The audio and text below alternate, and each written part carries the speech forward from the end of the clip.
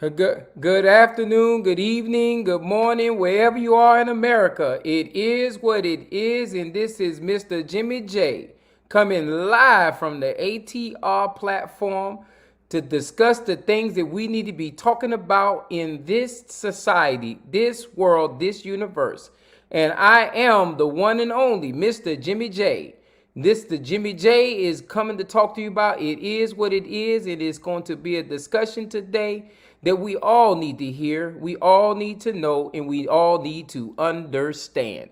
And what I say is, I don't say understand, we need to overstand, meaning understand we may not give it all credit, but if we overstand it, then guess what? We have over acknowledged the things that we need to acknowledge in our society. And so today, I did not have a prescript agenda today because I've kind of gotten off cusp as far as with my understanding. This was a study week for me. And in my parallel of studying, I learned a lot of things in reference to life itself. One thing I really want to focus on today, this next hour that we have to discuss and talk about. Hey, how you doing there? The one thing I really wanted to talk about and discuss today was dealing with the parallels in the African American communities. But I want to touch it into a different perspective. You see, throughout society, throughout our world, throughout our programming, African Americans have been pushed at the bottom of the totem poles, going all the way back to when we were released from slavery through a bargaining chip that the American country needed to extend extra troops to do what they needed to do. And we're not going to talk about that point today. But that bargaining chip has gotten us to where we at in American society. And so what I like to do and what I like to always talk about is how we need to, as African Americans, wake up and understand what our role has been, what our role can be, and what factors are holding us back. And so the first thing I wanted to talk about, and I know I got a special guest, my first guest coming on this show in about 20, 25 minutes. You know him. He's parallel to a lot of this discussion that I really want to get into. And as I gather my thoughts, I'm one of those people who is an artist who learns culture, learns things, so therefore I can share whatever I learn with other people out in this world. I'm unselfish in everything I do because you know what? The more I teach other people, the more I share with other people, the better it is for our society. But I really want us to understand that in our role as Americans in this country, we were never meant to be equals. We were always meant to be a commodity or slavery or slave or some kind of subsidiary to what we call it, what controls and owns what goes on in society. And so with that being said, I wanted to express, I'm trying to make sure I ease this conversation because it's very important that we touch this subject really, really, really in cohesiveness and modern flow. And as my audience grows, is very important for us to work together in our community, not separate, not apart, but understanding how we play a part in what we do. And so with that being said, last week, last Friday, we talked about voting and we talked about the importance of voting. We talked about why the absentee ballot and what we needed to do with the absentee ballot. We talked about 4 or 5 of the subjects the week before that in reference to African Americans. And what I really want to concentrate on is how we can be pivotal in moving the narrative forward for our younger people who come after us. And what I mean by that is clear. It is super, super clear. How we become pivotal is this. What we need to do is, rather than sitting back, complaining about issues in our community, rather than sitting back, accepting what comes before us in our community, rather than sitting back and allowing people who bamboozle, run amok, let us spray, all those other good things, what we should be doing collectively speaking is putting our dollars together and start moving our narrative forward economically speaking. If we're depending on one or two people to economically drive our forces within our community, we're going to always fall prey. So it's time out for those people who come to our community and say, hey, James, if you do this for me, I will give you $100. Let me show y'all what a $100 bill look like. That's what a $100 bill look like. You got people in our community that are taking less than this to sell us out, y'all. Some people, it may take $200. And all I got is $200 bill, $200. But some of us in our community have sold us out for $200, $300, $400, $500. They have sold the community out like it's an auction block, saying that, hey, we don't really need we don't need you. We need you as a commodity in this world. And so until we're willing to stop selling out, stop accepting bribes, stop accepting all those other things that go on, and really step up to the hardcore truth of what it is to be an American. And I want to be clear. We were never meant to be equals in this country. We only became equals because they had to set us free. Because at the time, you had to do what you had to do to get what you had to get. And so I know I sound like I'm doing a lot of gibberish talk, and I know I sound like I'm not getting together, because you know what? I'm trying to make sure all those haters who jump on the show don't hang around for when the meat and the potatoes come to what we really want to talk about today. And so I'm making it sound like that because it's a covert operation where we don't want untalented people to come on and take away the talented people in our community. Too far long, we have not been what we should be to society. And what that is at one point in time, we knew how to create our own communities. We knew how to create properties and make our job easier, our life easier, make the ways easier. But somewhere down the line, we lost touch with that nature. And we allowed ourselves to become the second, the third, and now we're the fourth class citizens in this United States of America. And so when we get into these conversations that we want to have tonight, we're not allowed to do what we got to do because it is what it is. And Jimmy J is touched in between his words, because today I'm touched because I took the time to do something I don't normally do. What I did was I visited a community today. I worked with somebody else today. And I got you, Mike Kelly. I worked with somebody else today. And I stepped out of my comfort zone, and I worked with a family member who doesn't always have everything we all have. Doesn't have the car, doesn't have the house, don't have all the necessities or the dreams or the visions we all have. Doesn't really play with the healthcare system. Doesn't do all that stuff that we would normally call and cherish. Well, I stepped out of my comfort zone, and I had a family member call out and reach out and say, hey, man, I really would like to go ahead and get that COVID-19 shot, because I see now how important it is. But, you know, the last couple of months, I haven't had a ride. I haven't been able to get out there and do what I need to do as far as getting that stuff is concerned. So I said, yeah, cuz I'll come by, scoop you up, take you to go get that COVID shot. And as he got in my car and we had discussions, you know, I realized that there's a lot of things in society that I take for granted. I take for granted that he doesn't get to see, because he doesn't explore as I explore, doesn't have the wealth or the ability to be able to be in society the way I have to be in society. And so when I took him to the doctor, he didn't realize that there was that there was a healthcare facility, a FQHC, federally qualified healthcare center, that he can actually go to, and it's supplemented by federal government or supplemented by local government. And so he didn't understand that these things exist.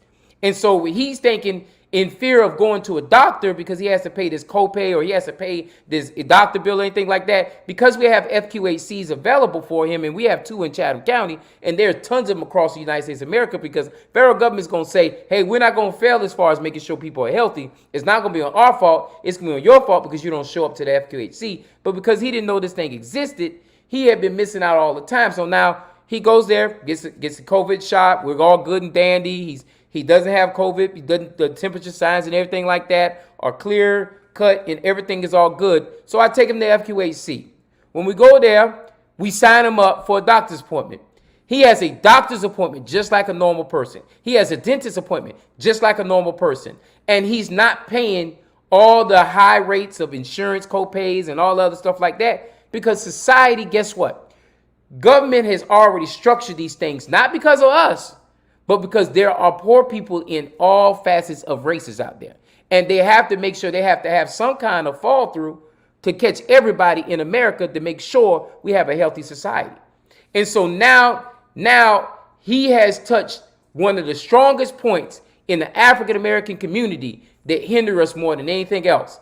He has the opportunity to get a better set of health care. Now, I'm not saying it's the greatest health care in the world, but it's a good health care system that he's going to be able to get into. And see, in America, guess what? African Americans, we fail a lot of times because guess what? We're not tied into the structures of the system. We don't go to the health system because we're scared of it. We're scared that, from past practices, how healthcare practitioners have prevented us from being able to go into these structures because you know what? We've been experimented on as African Americans. We have been tortured as African Americans. So the healthcare system, we're kind of scared and leery of unless we're dying and sometimes bleeding to death before we actually go into a healthcare system. And partially because we're scared of the healthcare system. The other part is we scared of the debt that healthcare has put the facade above our head to do. And so he got his healthcare all together thus far. Now it's upon him to continue to go to the system every 6 months, every quarter. But it's upon me as a family member to make sure that at least the first 3 or 4 times he does it. Because if I'm there with a structure to make sure he does it, then we become a successful community. And so it's ever so important that I be his support system and making sure when he needs paperwork filled out, I help fill it out. When he needs help getting there, I drive them, I take them. These are the things that we should be doing in our community to make our system, our people even better than what we are. And so I spoke of healthcare. The next piece is the economic system. The economic system is built like this. The young people have exploited something that I think that we have still not taken advantage of. And that is cryptocurrency. Cryptocurrency has made it so easy for young people to take $50 and turn it into $500. It's so easy that now the federal government is trying everything it can to regulate it and try to make sure they get a piece of it before it explodes and makes too many millionaires out of young people. And so my thing is, I love how when we see problems, when we see economic downfalls and trends that don't work for us in our society, I love how the next generation that comes after us, we have called them names, we have called them out of place, we've called them everything but a child of God. But guess what they have done? They have stepped forward and recreated a financial system, the stock market we're talking about, and retrofitted it with their own version of it. They don't have the time limits of the 9 o'clock in the morning bell to the 4 o'clock in the afternoon closing time. They don't have that because cryptocurrency is traded at any time, any place. And let me go ahead and put this disclosure out there. ATR nor myself are endorsing or encouraging you to jump in the cryptocurrency market, but we want you to understand this is something worthwhile studying and learning that can actually help you in your financial situation. And so what I'm trying to put out there, it is what it is. It's going to be what it's going to be. But what we have to do is we have to stop thinking how we thought 20 years ago, and we have to start thinking how we should be moving forward. My cousin said it best today. He's 53 years old, but if you ask him how old he is, he says, yeah, I'm 53, but 53 is the new 35. And we have to start thinking like that, because when we think that we are 35 years old, we will act, we will build, and we will be of that age. But if we think like we 65 or 85 and we only 53, then we're going to be like what we profess to be. And so before I bring my guest on, because I know I got 15 minutes before I bring him on, it's very important for me to go to a subject me and him talked about today while we was getting on today. I said, you know what, man, I really don't have much to talk about. I really don't have a real hardcore subject to talk about. It's going to sound like I'm rambling today because I just got so much unfocusedness going on in my mind. And so with that being said, I said, man, I just wish when I look outside the window, I just wish black people would just wake up and just come together and take over whatever part of society belongs to them. Whether it becomes a housing market, whether it becomes a service industry, whatever belongs to them, take it and run with it. And so what's happening in America, across the United States of America, black people are waking up in communities that are predominantly African American. And guess what they're doing? They're stepping up to run for public office. They're stepping up to take the challenges on in those communities. They're stepping up because they're tired of getting $2 in a community. They look around and everybody is African American. They're tired. And what they're doing is they're starting to step up. But as they step up, there are some Jim Crow laws still out there, y'all. There's some antiquated laws still out there, y'all. There's some laws out there that guess what? You have two different entities that govern over a particular body, and both of them have difference of opinions, and we can't get a clear-cut answer because guess what? Both of them serve the cause, and guess what society is doing? Whichever cause is holding or suppressing African Americans, that's the cause the privileged society is going with. And because of this, we are losing opportunities to get into mayorships, to get into county seats, to get into state seats, and even federal seats. Because you know what? They are using every tactic in this world to suppress and keep minorities from becoming great in this society.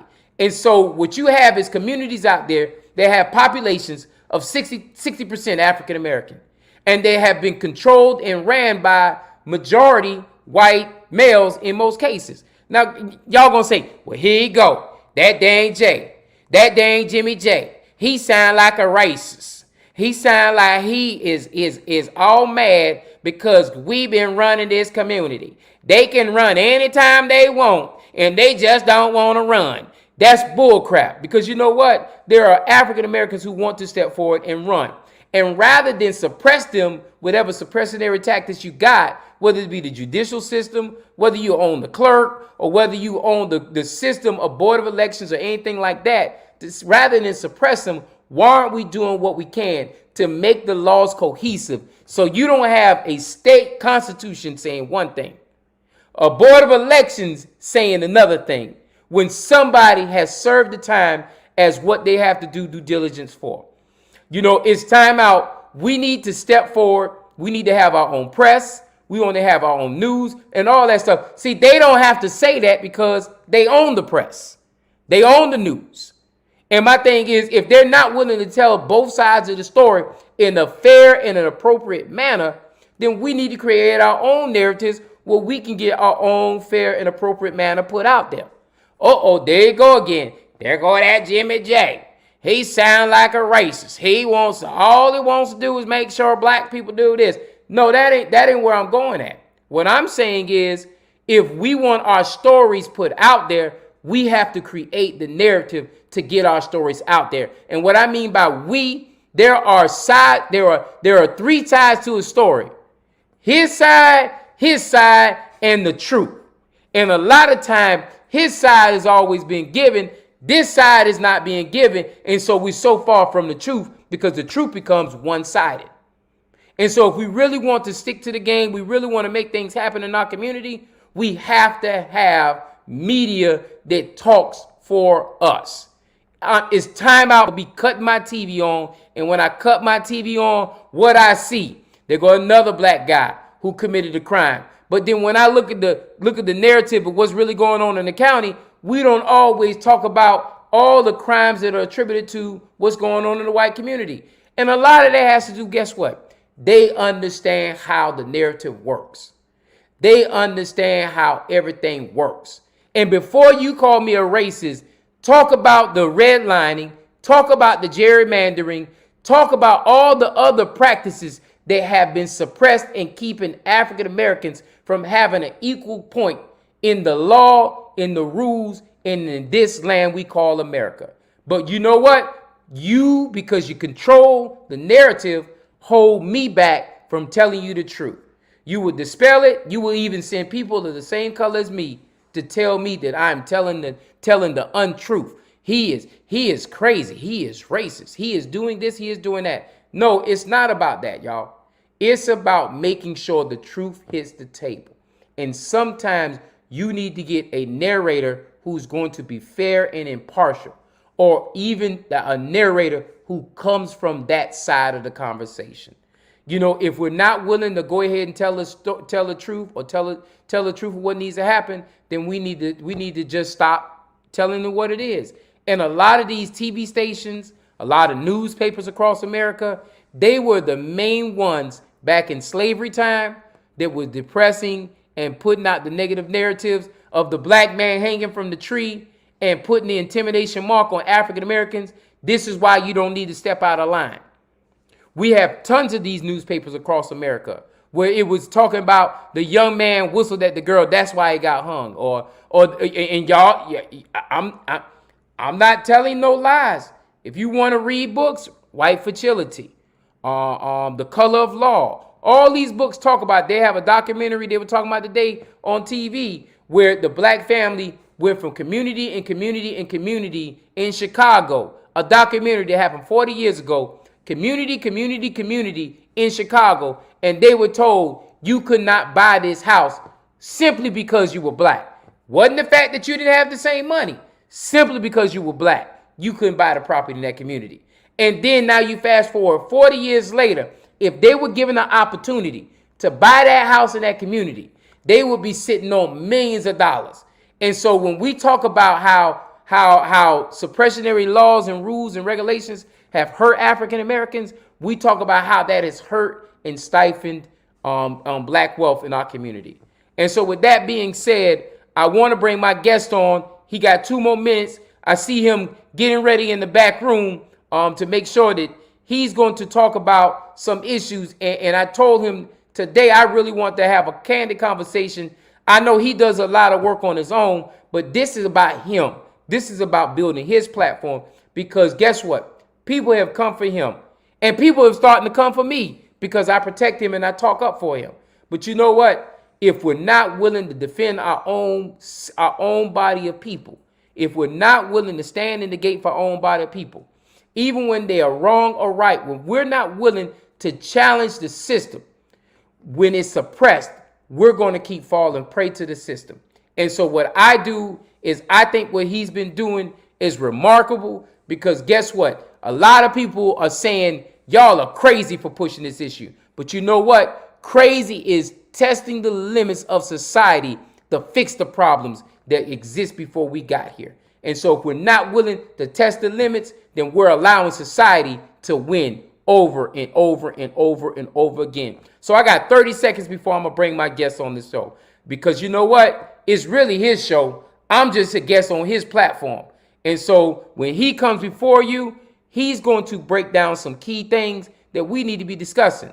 And I'm going to ask those questions because you know what? It is what it is. And the only way we're going to change the society is if we're willing to challenge what things need to come. And I'm going to ask him to remind me of what we talked about so we can make sure that platform. So that's why I'm giving him an extra 5 minutes, because I need him to challenge me. And so in 3, 2, 1, I want to introduce to some my good friend, my big brother, Savannah. Step forward. Here's Mr. Julius Hall, y'all. And I'm going to fix my camera so we can be the same height. I'm going to push it back. And so we the same height. Y'all see how I adjust that? Hey, what's up, big bro? How you doing, man? What's going on, my brother? All right. So you told me you wanted me to discuss some stuff that me and you had on the phone. And you know, I'm 46 years old and I'm getting older in life. And I know you got a better memory being 35 years old than I do. And so basically, let's just talk about your story, man. I really want to embrace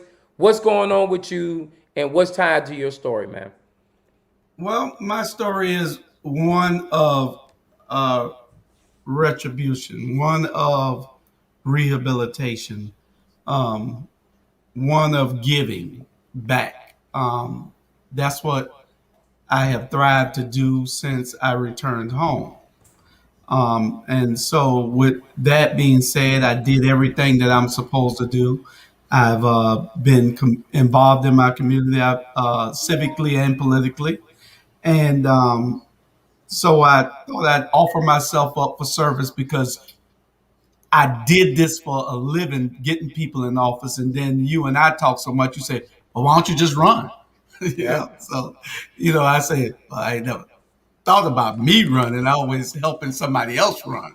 So, after careful consideration and looking at the landscape, I thought the best place to start was at home. And that's where I started. I live in Port Wentworth, so I figured I'd run for mayor of Port Wentworth. Hold tight. You say you live in Mayberry? Yeah, Oh, it okay. is My fault, Mayberry man. My too. fault. My fault. Mayberry RFD. Because if you look at the last city council meeting and the one from August, you'll say, "What the hell is going on out there?" It is a Boy, corrupt boy, city. boy, It boy. is a corrupt city government, and I'm not afraid to say that. They can take it up with me if they think that they're not. They are. They do what they want to do, and it needs to be an investigation out here, really. They Yeah. want to worry about me from 30 years ago, but I'm worrying about them from 30 days ago. You know, Mm-hmm. so that's the problem that we're facing here in Port Wentworth. But they somebody put a challenge into my qualification to run because, like I said, in January I'll be home 9 years. They want me to wait till I'm home 10 years before I'm eligible to participate in the political process. And, and, So and, and before you go any further, let's go ahead and break this conversation down because you know what? It's crazy because when I watched it today, there's like one group says one thing, another group says another thing, but both of them are constituted by law. And so, talk about the discrepancy there, man, because we have a serious discrepancy with the government structure. Because which one do we pay attention to? that's exactly right. What I have here is an order. This order gave me all my rights back. Mm-hmm. That order gave me all of my rights back immediately. Really, all I had to wait was 2 years. Everybody's talking about this 10-year wait that's in the Constitution. But this is a constitutional entity that has a right to bypass the 10 years. So really, all I have to wait is 2 years to apply. I waited 3 years and I applied in 16. I waited another 2 years because after they turned me down in 16, I got to wait 2 more years. Every time they turn you down, you got to wait 2 more years. Okay. I waited till 18 and I applied again. They turned me down again. I waited until 20, late September 2020, and they finally gave this to me. They restored all my rights after 8 years of me waiting. After And so, eight and, years. and so they restored your rights, but what entity are saying is not restoring your rights? Well, the elections board is reading the law to say that I still must wait those 10 years. When we're saying that no, I shouldn't have to wait them because I have the paperwork saying that I agree. those 10 years are moot now. So if those 10 years are moot, then I have a right to serve now. I have a right to run and hold public office. And if you read the document, and the document is available to anybody that wants to see the document is clear. It is an order. When I first got this, I called and I asked, what power it has. And the lady at the parole and pardons and parole board, she told me, she said, Mr. Hall, no, she said, baby, because she sounded like an older lady. She said, baby, those that order you got is all you need. She said it cannot be ignored or disobeyed. So I said, okay. I said, sure. She said that's all you need. She said, just show it to anybody that questions you. I said, okay. So that's all I need. That was it. They restored all my rights, and on anything that I signed, I made sure that it was a clause in there that said whether I had these, or I wouldn't have signed it, or I would have indicated that I did if this wasn't in there. So not only that, Jay, one of the things it gives you all the orders. And I don't want to take up too much of your show, Oh, no, but no, no, no. This is you. That's why I started 5 minutes early because I want you to take as much time as possible, okay. brother. and I want people to get a copy of this. I wish I had put it on the on here so that people can see it. But I did a breakdown on the Rabble the other night, and then I cut that and edited it and put a 17-minute uh, synopsis of what this paper means Okay. and the wording, because words have meaning, and the meaning of this is powerful. It has the power and authority to give me my rights back immediately. Didn't tell me I had to wait 10 years. If that was so, they would have said this. One thing that it did, it sent this here to the county superior court for where I live, Chatham County. It's in their file without me even knowing it, without anything. I mean, I know because they said they sent it there. They sent me a copy and sent the county superior clerk a copy. So she has a copy for anybody that questions whether I can serve on the jury. She has a copy saying that I can. Anybody that questions to see whether I can be a notary public, she has the paperwork that says I can. This paperwork gave me those two rights, plus the right to run for any civil and political office, run and hold civil and political office. It restored all my rights. And that's all I'm saying. I'm not trying to be a butthole. I'm not trying to circumvent anything. I'm only letting the law apply to me because I am a citizen of Georgia. So if I'm a citizen of Georgia, then the Constitution should not work against me. The Constitution should work for me. And what we're arguing is just a plain and simple position. And our position is this order has power and authority, and it should be looked at with power and authority to do exactly what it said. I'm going to read it real quick. It said, whereas having investigated the facts, they investigated the facts. So they knew how long I was home. They gave me this in knowing how long I was home because it didn't matter how long I was home because they gave me this knowing that it was a 10-year stipulation, but it would become moot once they issued this to me. I was granted this, what we call a pardon or a partial pardon, but we call it restoration of rights. It does, this is from the Pardons and Parole Board. This ain't from this isn't from the Restoration of Rights Board. This is from the Pardons and Parole Board. I don't need parole, I need pardon. And this is what these people do. They gave me a partial pardon, which is the restoration of my rights. It said, which investigation has established to the satisfaction of the board. I satisfied them. And has served that each sentence has expired. All my sentence has expired. Everything, even the 10-year wait, has expired. Everything. Then it goes on the quote, where they have the power in the Constitution to do what they did by granting me this. Pursuant to Article 4, Section 2, Paragraph 2A of the Constitution of the State of Georgia, it is hereby ordered, not recommended, Jay, I hear you. ordered that the civil and political rights to serve on a jury, run for and hold public office, and serve as a notary public, lost as a result of the above stated convictions, are hereby restored. Not to wait. It is restored immediately. They didn't put in here that he got 2 more years that he got to wait, or he got 5 more years that he got to wait. They said restored. Why would they give me this? They could have gave me something saying it's restored at the end of some term. It could have said that it could have gave me a date certain. It didn't because the date certain was already in their mind.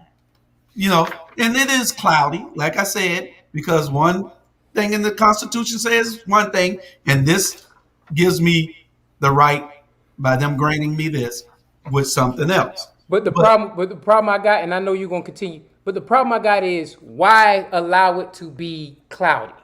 That's my issue. If Right. you know it's a discrepancy between the two groups need to get together and form. And if judges are ruling on this stuff to be cloudy, we need to get them judges together and say, hey, the judge whatever these different constitutional positions are, and say, look here, man, y'all have too much cloudiness here. And the only people being affected by this cloudiness is those people who cannot go out there and get those powerful attorneys, have those backdoor conversations, or tied to the privileged society who vacates and pass by these laws. Those people who cannot afford it are held by these rules, but those people who are part of the privileged society are not. That's correct. That is absolutely correct. Most people say, "Well, you shouldn't have did the crime." Well, it is what it is. That's the show we on, That's the name of the show. and it is what it is. Yeah, We're past that stage. We're at a stage for correction now. We're at a stage of a recommitment to the to society on a level where I have all my rights. It did give me one restriction, Jay, one restriction, and had the 10-year wait been a problem, it would have been a restriction that they would have said this in this order. And correct. that's my argument.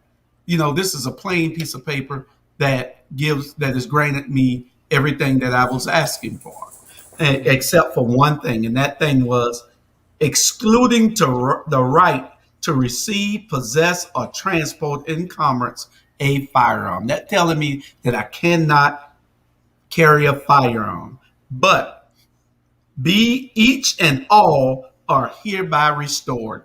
Every other right is restored. Remember that word again, restored. You don't restore something and then say, well, you got to wait a few minutes before you really are restored. You gave it all to me at one time. So and like I said, the most powerful thing was they sent it to the superior court clerk without my knowledge. I mean, without me having to ask them to. They wanted this to become effective now. If they would have, if it wasn't effective now, then they shouldn't have sent it to the superior court clerk. What did you send it to them for?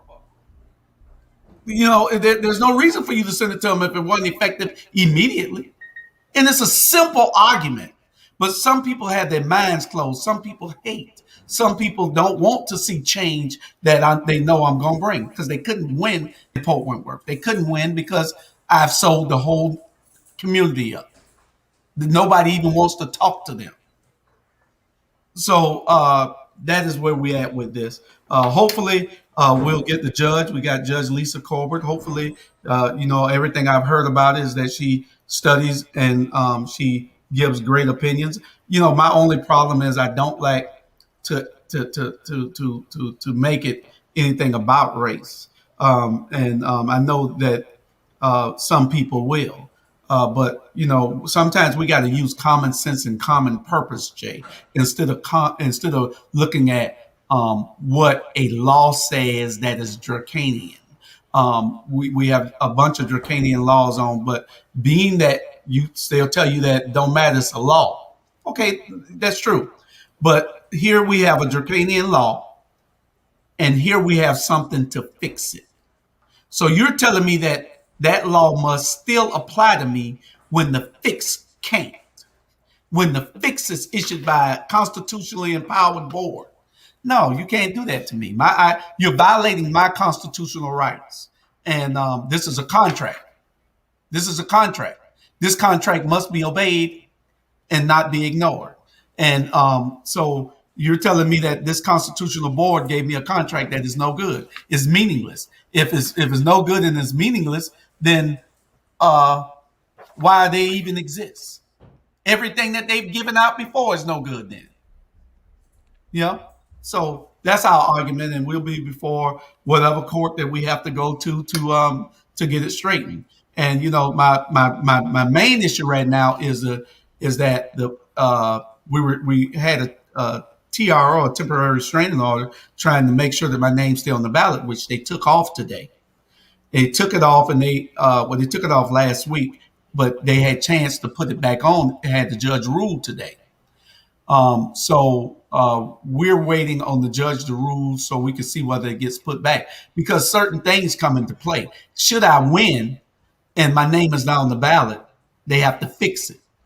And it will cost and incur funds to be taken out of the Chatham County coffers. So we don't want any money to be taken out of the Chatham County coffers. So all they have to do is leave my name on the ballot. If I don't, if it's found later on that I'm disqualified before the election, then I don't run. I mean I don't win. The person can win with one vote, and they win. And And I'm, and, and and I think the biggest thing what we have to discuss when we have these conversations is why is it so important to keep Julius Hall off the ballot? It's yeah, so important because you know what? Here goes an opportunity to effectuate change and flip a government structure like we joke and we play and we talk about Mayberry, but it really is Mayberry. correct. It is really Mayberry. They still have the police cop. He sits in the middle of the main strip coming up 80. That is 80, 21. right? 21. The main strip on 21. And he might as well just not even carry a gun because all he's doing is highway patrolling though. And they got the big old truck pickup on 95, stopping traffic on 95. It's the speed trap. Everybody knows about Port They Wentworth being had the speed six trap. cars yesterday, Dre. Six police cars stopping everybody on 21. I'd already told them I'm stopping that. I And, promise you, I'm stopping that. and they're sitting with $13 million in the bank. Why are we out here? I'm $37.5 sorry, million dollars. $37.5 million in the bank. It's not a money issue. And my thing is, guess what? Maybe we need to do an investigation and see what the racial makeup of all these people that are being pulled over and getting these tickets in Port Wentworth, because Go every Tuesday. we might Go, be blindsided. go every Tuesday to the courthouse, and you'll see at 8:30 in the morning and 1 o'clock. Every Tuesday, you'll see that the lines is about 90% black. So And it's a there it speed is, trap. man. It's a And if speed trap, and I'm getting rid of it. You didn't have to worry about that. I am. The people just need to. One other thing that you would think when you look at this and what they're trying to do here in Port Whitworth is suppress the voters' vote. They're trying to suppress the citizens' vote. Um, because if I have won over the city with what I say I'm going to do, and these people want me to serve them because I want to bring on a new type of thinking and a new vision to the city hall and to the city, and they don't have a choice to choose me, then you're suppressing their votes, especially on a technicality like this. Somebody said Adam Van Brimmer from the Savannah Morning News wrote an article saying that I found a loophole and that I'm going to bring national attention to the city of Port Wentworth and that I'm making the state look bad because I'm bringing national attention to the state of Port Wentworth. See, that's because he's thinking inside a box again. Whatever I do can't do anything but make things better for Port Wentworth. Port Wentworth is already a country bumpkin ran city by people who have no idea of what the hell they're doing. You can look at any city council meeting and tell that there's no professionalism. They call each other by their first name. Jimmy, come do this here. Shanta, go do this right here. The only one get to call something is the mayor because they don't know his first name, probably Gary. So they call it. And I was going back to if I'm disqualified, he can win with one vote, and that'll probably be his wife voting for him because he's probably voting for me because he knows I'm the better candidate. oh wow, So he'll get that one vote from just his wife. And probably uh-huh. Jody Hawks. He probably get two votes. It's gonna be Jody Hawks. So oh yeah, his wife not even. Oh no, yeah, his wife. His wife will vote for him, and he's voting for me. I already know that because he knows I'm the better candidate. But we have a problem, and we're trying to make sure we get some clarification before anybody else gets caught up in this trap.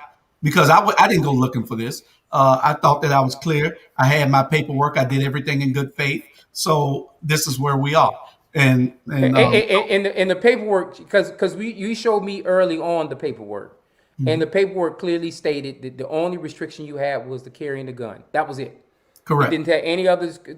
And so my thing is, I'm gonna tell you straight up, just like this, to all those people in Port Wentworth, if this don't go the way it's supposed to be, if you can beat Julius in the gunfight on November 2nd, then that's cool. But if you have to cheat to win, you have become the people's enemy. And I will tell you this, if becoming the people's enemy, we coming for Mayberry. Because we're going to turn Mayberry out. And we want you to know, this ain't the only plan we got. We got plenty plans out there. That's And correct. so while you putting all your eggs in one basket, just keep in mind, we got other baskets out there with eggs. And so, I like I told you before, I am extremely proud of you for stepping forward, big bro, because my thing is, I go around, you hear my mouth say this 1,000 times and before.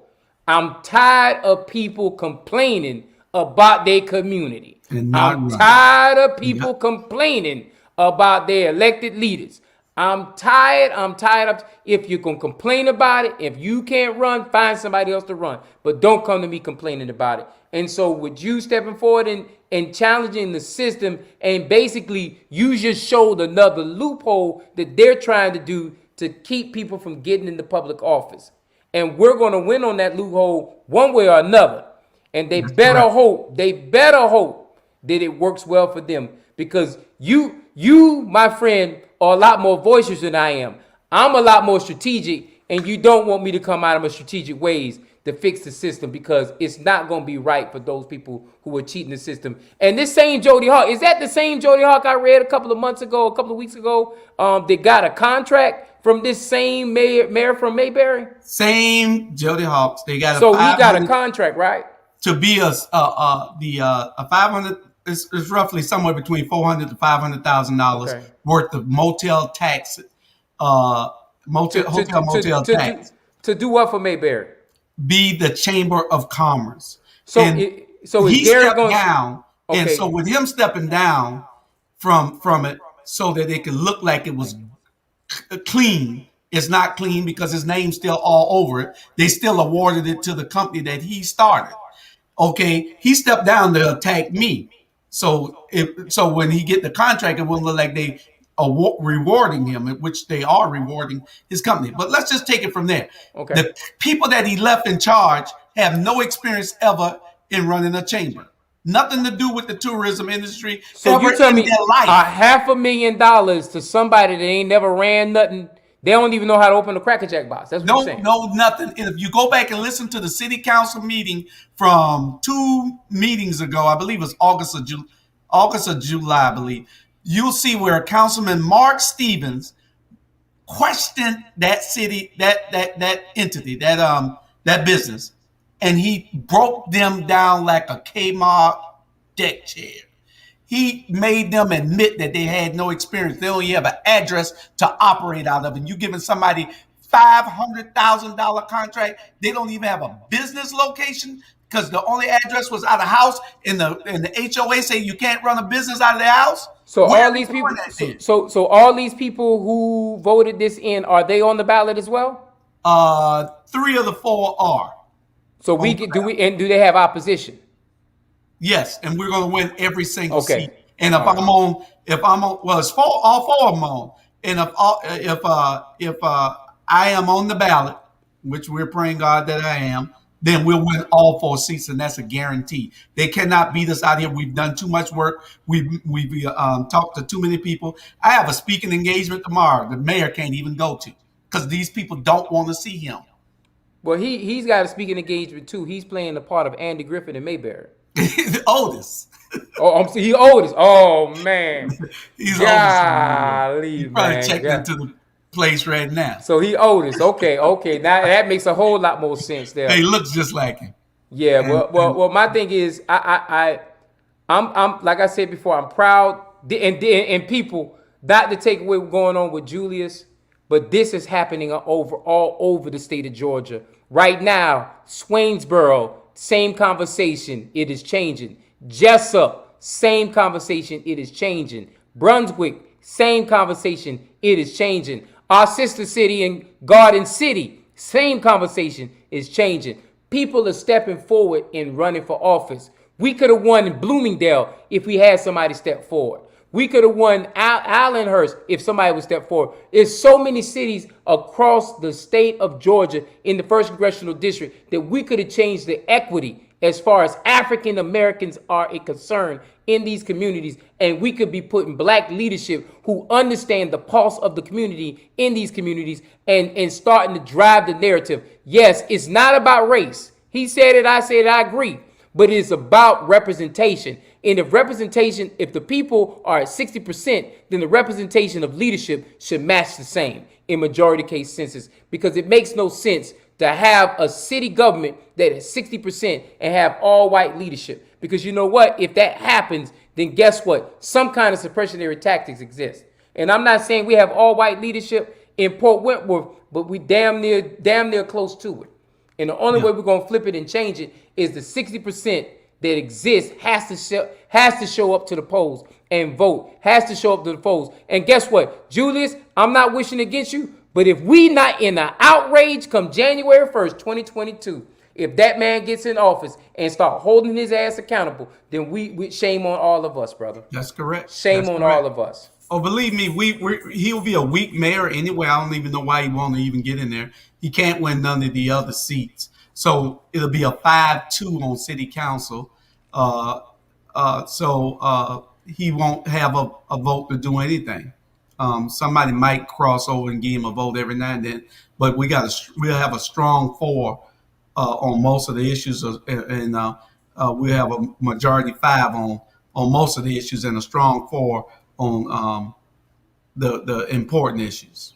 Yeah, and in 2023, one of them people that voted for that $500,000 to go to Jody, that seat is up too in 23, right? If I'm up, yeah, all those seats, yeah, the other person was the former mayor, Pig Jones.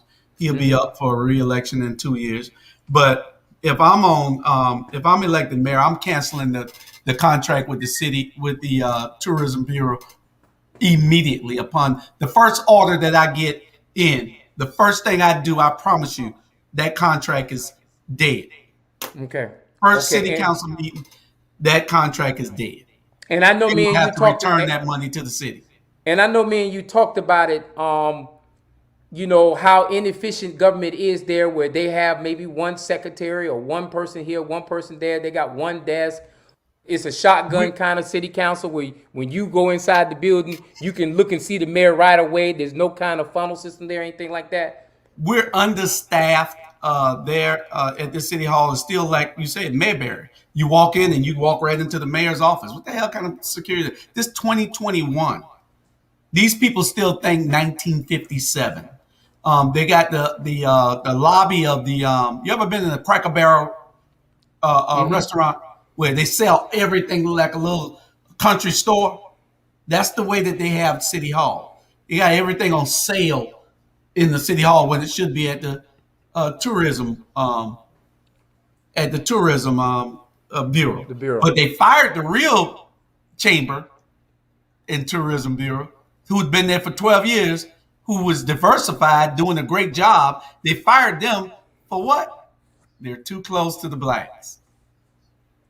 And Oh man, that's being crazy, honest man. about it, they're too close to the blacks, and that's part of the problem. And ain't nothing we can do about it if we don't get effective leadership. I believe that we'll be able to change a whole lot of things. Once we get in, we'll be able to change a whole lot of things, and that's what we're going to do. We're All going to right. change a whole lot of things. Well, we got about 5 minutes left in this conversation. You got as long as you want. Yeah, well, you know, I'm gonna keep it to an hour because my boss man strictly instructed me for repurposing of sharing the show. We want to stick to a quota, and I know that I can go to an hour and a half, but I'm gonna stick to that quota because Right. I don't want to make sure my boss man don't get mad at me because I want to get my paycheck next week when it's time for me to get paid. Yes, You know, sir. I gotta multiply this $200 I got in my pocket because I done Yeah, I had this saw those $200. I done had these same $100 bills going on 4 or 5 months. I just ain't had nothing to spend them on. And when you go anywhere, you see them signs that say, well, it's a national change shortage. And so they don't want to get no change. So I'm scared to spend $100. That's the best saving plan in the world right now. Just put a sign in the store saying there's a national change shortage and we cannot give change. And so I gotta be quiet because I don't need my wife hearing me saying I got that because I have no $100 in my pocket if that happens. So Yeah. and so, but it is what it is. And in the Candace conversation, I just wanted to make sure we brought a real conversation to the table. That everybody, we talk about it all the time in America, how that's not real, that can't be true, and everything under the sun. But here you go. Here's a real live conversation about a situation happening right here in America. This it is what it is. This is happening in America. This ain't happening in Barbados or Jamaica. This is happening right here in America. We still are experiencing privileged systems suppressing and keeping people who have done what they had to do to become upright, standing citizens in our community, and done right to make sure that they can go not just be upstanding, but put themselves in predicaments so they can become role models for the next generation. Because guess what? We all fall short from the glory of what we come from. But sometimes when we fall short, they just like us to fall short and to fall deep into a hole. But in this case, he fell short, but guess what? He climbed out that pitfall. He climbed out the hole, and now he's an upright citizen. He has his own platform. He has his own business, and he's also pushing the ballot to become the next mayor of Port Wentworth. And so when we say this, we can no longer. And guess what? It's sad, Julius, because all the criminals under 45, they getting free passes. But you know what? That's if I start talking about that, we're going to really go into another 30-minute tangent. Because guess what? It is what it is, but it don't have to be what it is. And I ask everybody, if you can, make sure we support people like Brother Julius Hall, because they're taking the time to step out the shadows of a past and try to create a brighter future for tomorrow for our people. And so with that being said, we got a minute and a half. Julius, go ahead and close me out, man. Well, I just want everybody to pay attention to what's going on. We are in the midst of trying to change the culture, like Jay said. If people step up to the plate, like he asks, and he will ask you to step up to the plate and run. So if people step up to the plate and run, we're going to back you. It's a new type of day now. You got support, so don't be scared, but you got to come out and be involved. Don't wait till every 4 years and come out. Come out and be involved. Get on some of these campaigns, volunteer, so you can see how it is. If you have a desire to serve, contact one of us. Contact one of us. We'll give you the playing field. We'll tell you how the playing field is laid out. We'll help you as much as we can, but we're going to give you that support. And it's a new day, and this is what we're trying to change here, not only in Chatham County, throughout the state of Georgia, the whole first congressional district, if we can. So if you want to, please just contact us, and then we'll tell you what you need to do, volunteering and being involved and engaged. And share this program, share, and we can move on and make things great for everybody. Hey, if I could say one thing, y'all, if you take a pencil and you try to break it, that one pencil right there can be easily broken. But if you take that pack of 12 and you try to break it at one time, it is unbreakable. You know why? Because those 12 standing strong together become a powerful force. And that's what my brother Julius Hall and all our allegiance and our lives and all those people who are with us, that's what we stand for. And I pray to God that you stand with us and not against us. I'm going to tell you now, all those people who've been selling out, going to be called out when it's all said and done. Peace, everybody. Good night. Bye.